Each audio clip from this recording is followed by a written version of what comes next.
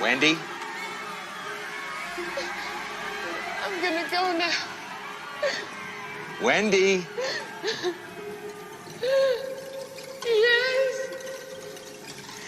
You've got a big surprise coming to you. You're not going anywhere. Go check out the snowcat in the radio and you'll see what I mean.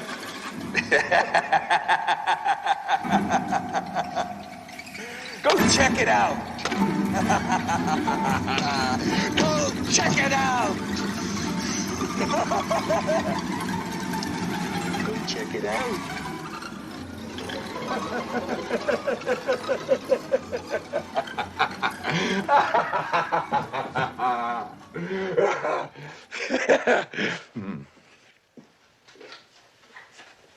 Very good, Jack. Excellent. Right. Check the gate, Doug. We were talking a little bit about your ever-impressive resume, but I left out some of the highlights because I think we'll want to get to that in a conversational point. But I had talked about your history with Stanley Kubrick. Many people in our audience actually think that you are the reason he had all that success, that it had nothing to do with him, that it was actually you who... That's so right. That you had to pull Stanley aside and say, Stanley, we really need a big wheel shot in this movie somewhere. It's a big hotel. We need a big wheel shot. You said you got the book The Shining in the mail. You said, would you like to work on this? And of course, you probably didn't need long to think about that. No, not at all. At the time, he obviously he didn't put in the note though that you would all be stuck in a snowstorm up in the Rockies for several months together, did he? Or what were the? Well, no. What he wanted me to do, the first thing he asked me was, what do you think of it? And I said, well, it was a great story. It really was. And so he said, well, what the biggest task is going to be to find the little boy. So what I want you to do is to go to, the States and to find a little boy. And so they set up a whole sort of network inside Colorado and Kansas and Illinois. So I went to Denver and Chicago and Kansas City. And over a period of 6 months, I saw 4,000 little boys for that role. I mean, incredible number of children that came from everywhere, I can't tell you. Mm-hmm. And I know that he was holding sort of parallel auditions here in Hollywood at the same time, looking for him. But I found this little boy in Chicago. His name was Danny Lloyd. And the reason why Stanley wanted me to do that was because he wanted me to work with them, kind of improvise sort of scene setup. So I would talk to them on camera and interview them on camera, see how comfortable they were on their own.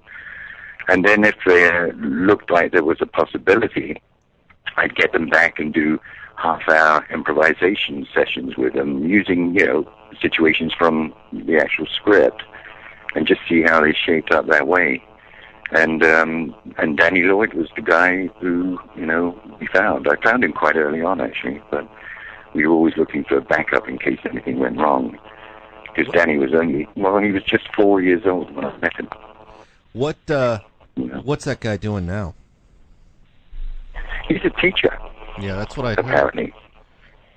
I haven't spoken to them in years. We had an email contact, sort of flurry of them, a few years ago. But he was, he's a teacher, and I'm not sure where he is now, but he's very happy as a teacher, too, apparently. Right. Well, that must have been a fantastic movie to work on. I mean, I can't imagine what it was like working with that cast, especially because Nicholson has the reputation he does. Did you like working with him? Was he easy to work with? Oh, yeah, and the crew loved him. The crew absolutely loved him. He was just one of those guys who kind of, I think everyone felt like, he didn't think of himself as anything, more important. That he knew he had a talent, but, that was it. It wasn't that he elevated himself above anybody else. He didn't feel the need to sort of be addressed in any particular way other than Jack. And that's what people liked about him. He really, and he was so adaptable and amenable to, the way Stanley was working, because Stanley worked in a rather particular way. It wasn't 2 takes and done. It was sometimes multi takes, and all day on a scene, and some day not even turning over, because we couldn't get the lighting right or something. Just this forbearance that he had for it all, it was just terrific. And Stanley really appreciated it, of course. I have to tell you, just as over the course of doing some research on that movie some time back, I was watching some behind-the-scenes footage that was shot, I guess, by Stanley's daughter at the time. That's right, yeah, brilliant, yes. You just see him just like barking at Duvall, saying, it's 20 below out here, get back on your mark, just like that kind of like, volatile, sort of, I guess, direction that directors sometimes give. Action, Shelley!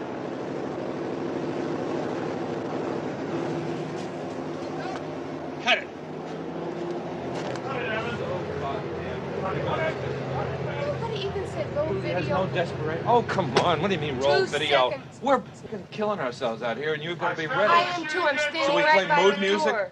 No, I can't Yeah, but when you hear. came out like this, you should have just... We're sitting there because they say, wait a minute, okay. and then you say Yeah. on the radio, But when you go. do it, you've got to look desperate, Shelley. You're just wasting everybody's time there. I can't even get Well, this pushing door against open.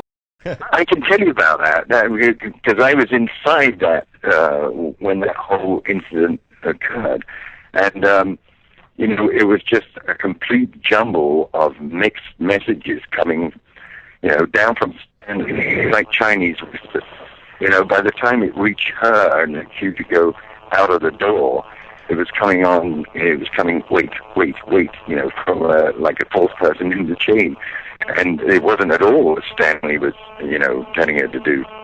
In the end, as you see from that scene where he's screaming at her, I felt so bad for her. I mean, she really didn't kind of warrant that because it wasn't her fault. It really wasn't. Well, the things an actress goes through, the things the actress goes through on behalf of a performance, right? And yes, I think Shelley said it when she said, she understood it was a means to an end, but she wouldn't want to go through it again. Right. I understand that because it's very hard for 6 months, She had to run around and be in this constant state of anxiety and hypertension, It's a long haul. It really is to stay in that state. And Jack gets to say, hey, most of my scenes are downstairs in the bar. You get to run through the building screaming bloody murder for 6 months. Good luck. Yeah. Yeah, exactly.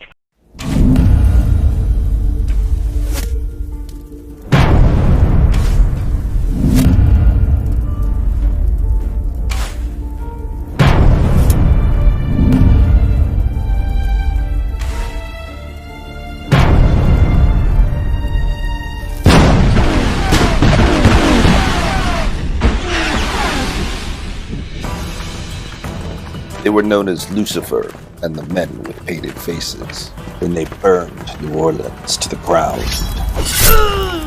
And when they sacked Panama, I knew that my road to redemption would be paved with tombstones. And by the time they brought the apocalypse to West Africa and the Indian Ocean, I would come to know 2 words with biblical significance. No quarter. No quarter. Kill All Masters. Rated R. Coming soon. Available on all platforms. Visit noquarterkillallmasters.com.